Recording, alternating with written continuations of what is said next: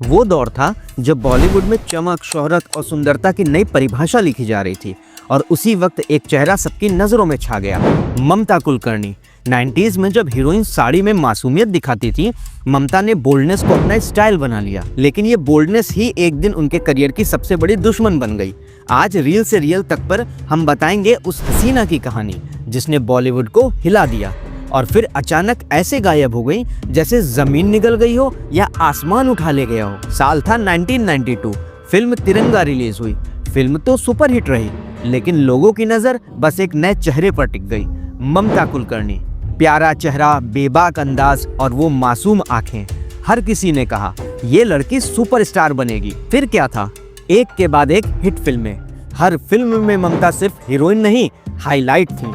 उनके पास वो x factor था जो और किसी के पास नहीं था। ना शर्म, ना डर, बस प्योर कॉन्फिडेंस। लोग कहते थे ये लड़की इंडस्ट्री की नेक्स्ट बिग थिंग है। लेकिन जैसे जैसे ऊंचाइयां बढ़ी, इंडस्ट्री की जलन, राजनीति और ईर्ष्या भी बढ़ने लगी। फिर आया वो मोड़ जिसने बॉलीवुड को हिला दिया।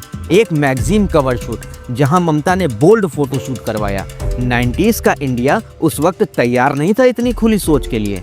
मीडिया ने तूफान मचा दिया। संस्कृति की दुश्मन, अटेंशन सीकर, पब्लिसिटी क्वीन, ऐसे हेडलाइंस गूंजने लगे। लेकिन ममता ने किसी की नहीं सुनी। उन्होंने कहा मैं वही करती हूँ जो मेरा दिल कहता है। लोगों को हिम्मत नहीं है सच्ची औरत देखने की, और यही हिम्मत बॉलीवुड के कई बड़े कैंप्स को पसंद नहीं आई। धीरे धीरे रोल्स मिलने बंद होने लगे। कुछ डायरेक्टर्स ने कहा टू एरोगेंट, कुछ बोले डिफिकल्ट टू हैंडल। लेकिन सच्चाई ये थी, ममता अपनी शर्तों पर जीने वाली औरत थी और इंडस्ट्री ऐसी औरतों को जल्दी माफ नहीं करती। इसी दौरान ममता की जिंदगी में आया एक नाम, विकास बलानी।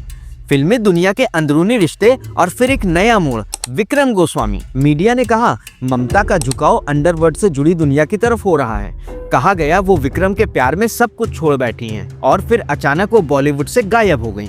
कोई कहता है वो दुबई चली गई, कोई कहता है वो शादी करके बस गई और कुछ कहते हैं वो अंडरवर्ल्ड की गिरफ्त में आ गई। सच क्या था शायद आज भी कोई नहीं जानता। साल 2002 जब मुंबई पुलिस ने एक बड़ा ड्रग केस खोला, उसमें एक चौंकाने वाला नाम सामने आया, ममता कुलकर्णी और विक्रम गोस्वामी।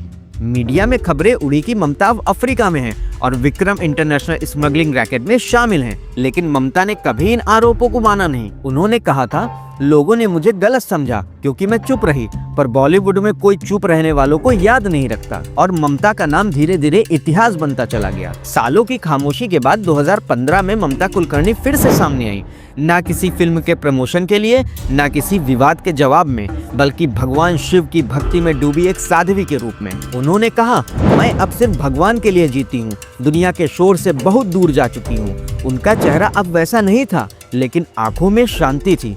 मीडिया ने कहा वो गुम हो गई हैं, लेकिन शायद सच्चाई ये है वो खुद को पा चुकी थी। ममता कुलकर्णी की कहानी सिर्फ एक हीरोइन की कहानी नहीं है, ये उस औरत की कहानी है जिसने दुनिया को दिखाया कि बोल्ड होना गुनाह नहीं है, जिसने करियर की ऊंचाइयों पर पहुंचकर सब कुछ छोड़ दिया और खुद की सच्चाई ढूंढने निकल पड़ी। कभी कहा गया कंट्रोवर्शियल एक्ट्रेस, कभी कहा गया फ्यूगिटिव, लेकिन सच्चाई ये है वो सिर्फ एक मिसअंडरस्टूड लीजेंड थी। कभी बॉलीवुड की बोल्डेस्ट एक्ट्रेस आज एक रहस्य बन चुकी हैं, लेकिन उनके नाम के साथ हमेशा जुड़ा रहेगा हिम्मत और अदाकारी। तो दोस्तों ये थी कहानी उस हसीना की जो पर्दे से गायब जरूर हुई, लेकिन लोगों के दिलों से कभी नहीं गई। अगर आपको भी लगता है कि ममता कुलकर्णी सिर्फ बोल्ड नहीं बल्कि उस दौर की सबसे मिसअंडरस्टूड एक्ट्रेस थी, तो कमेंट में लिखिए रेस्पेक्ट फॉर ममता कुलकर्णी। और ऐसे ही बॉलीवुड के छुपे चैप्टर्स जानने के लिए सब्सक्राइब करिए रील से रियल तक को।